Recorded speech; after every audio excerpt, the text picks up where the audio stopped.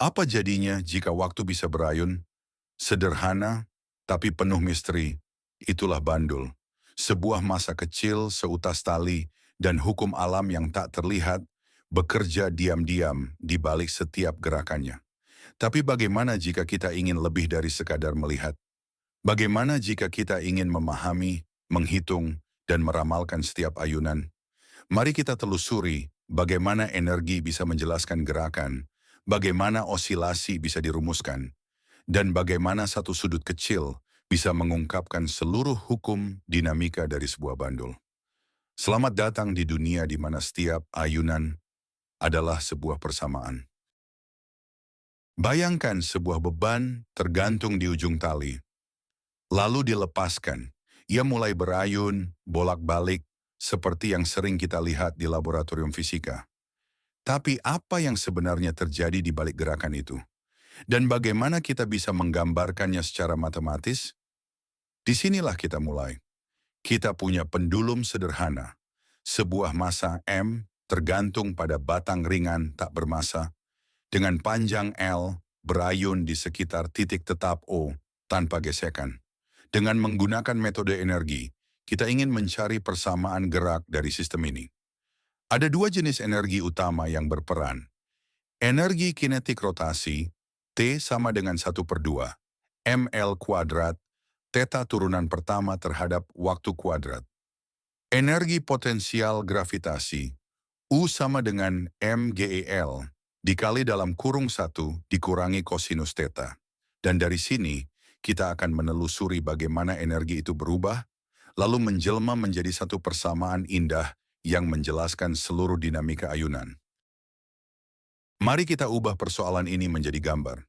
Karena visual bisa menjelaskan hal-hal yang sulit dijabarkan hanya dengan kata-kata.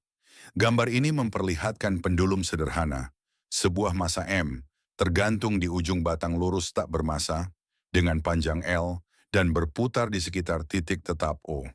Saat pendulum menyimpang dari posisi tegaknya, ia membentuk sudut theta terhadap arah vertikal. Untuk menghitung energi potensial, kita perlu tahu seberapa tinggi massa itu naik dari posisi setimbang. Disinilah geometri memainkan peran penting. Ketika berayun, tinggi vertikal massa menjadi L dikali kosinus theta. Maka, selisih ketinggian dari posisi seimbang adalah H sama dengan L dikurangi L kosinus theta. Di samping itu, panah gravitasi GE ditunjukkan mengarah ke bawah, membantu kita memvisualisasikan arah gaya dan energi yang bekerja. Semua komponen ini akan segera kita gabungkan ke dalam model matematis yang utuh. Lihatlah lebih dekat, gambar ini bukan hanya sketsa, tapi peta energi dari sistem yang sedang kita bahas. Di ujung batang lurus tak bermassa, tergantung sebuah massa M yang digambarkan sebagai lingkaran kecil. Batang berayun dari titik tetap O di bagian atas, membentuk sudut theta terhadap garis vertikal. Gerakan ini membentuk busur, seperti lengkungan waktu yang bisa kita hitung. Beberapa garis bantu ditambahkan untuk menjelaskan hubungan geometri penting. L kosinus theta menunjukkan tinggi vertikal massa dari titik tumpu. Dan H sama dengan L dikurangi L kosinus theta, yaitu selisih ketinggian dari posisi terendah, yang akan menjadi dasar dari energi potensial gravitasi. Di sampingnya, terlihat panah GE mengarah lurus ke bawah, seolah mengingatkan kita. Gravitasi selalu hadir, menarik, dan membentuk dinamika sistem. Gambar ini adalah blueprint dari seluruh perhitungan yang akan segera kita lakukan. Sekarang mari kita hitung, apa yang sebenarnya dimiliki oleh pendulum saat ia berayun. Saat bergerak, massa M memiliki dua bentuk energi. Pertama, energi kinetik rotasi, karena massa itu berputar mengelilingi titik O. Karena panjang batang adalah L, maka momen inersianya adalah J sama dengan ml kuadrat.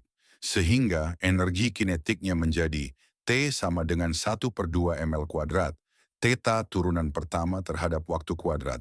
Kedua, ada energi potensial gravitasi yang bergantung pada ketinggian massa terhadap posisi terendahnya.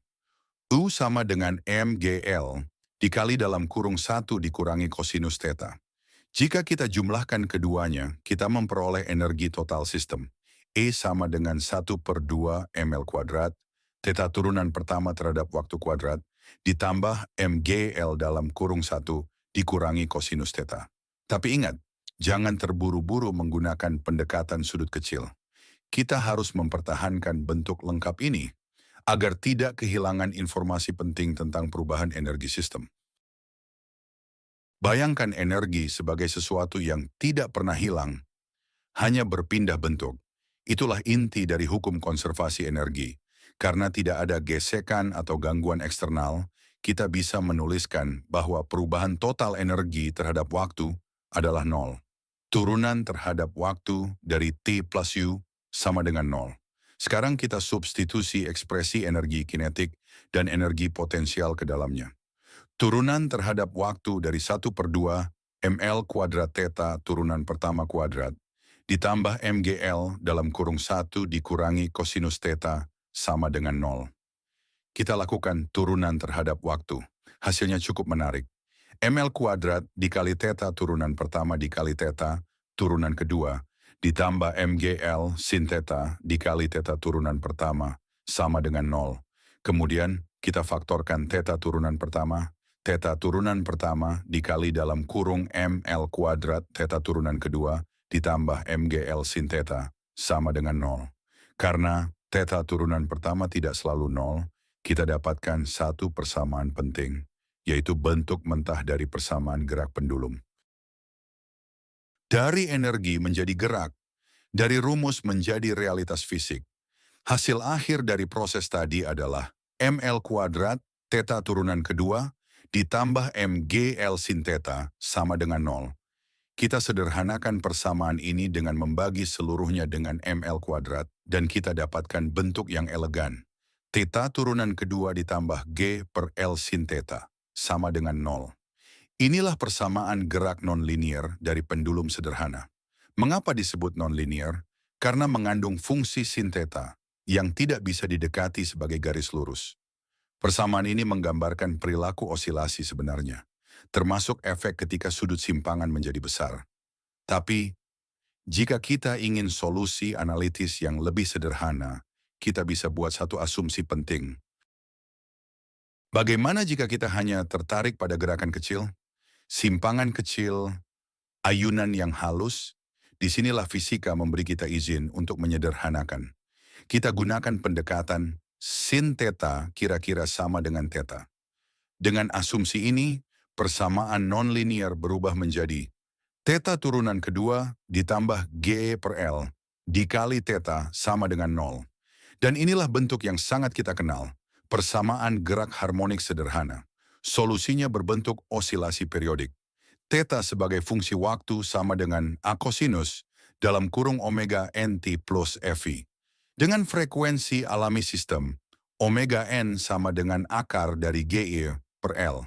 Namun, penting untuk diingat, pendekatan ini hanya sah ketika sudutnya kecil. Jika digunakan terlalu awal atau pada sudut yang besar, kita bisa kehilangan struktur energi dan ketelitian dinamika dari sistem aslinya. Kesederhanaan memang indah, tapi hanya jika digunakan dengan bijak. Dari simpangan kecil hingga persamaan besar, kita baru saja mengayunkan logika.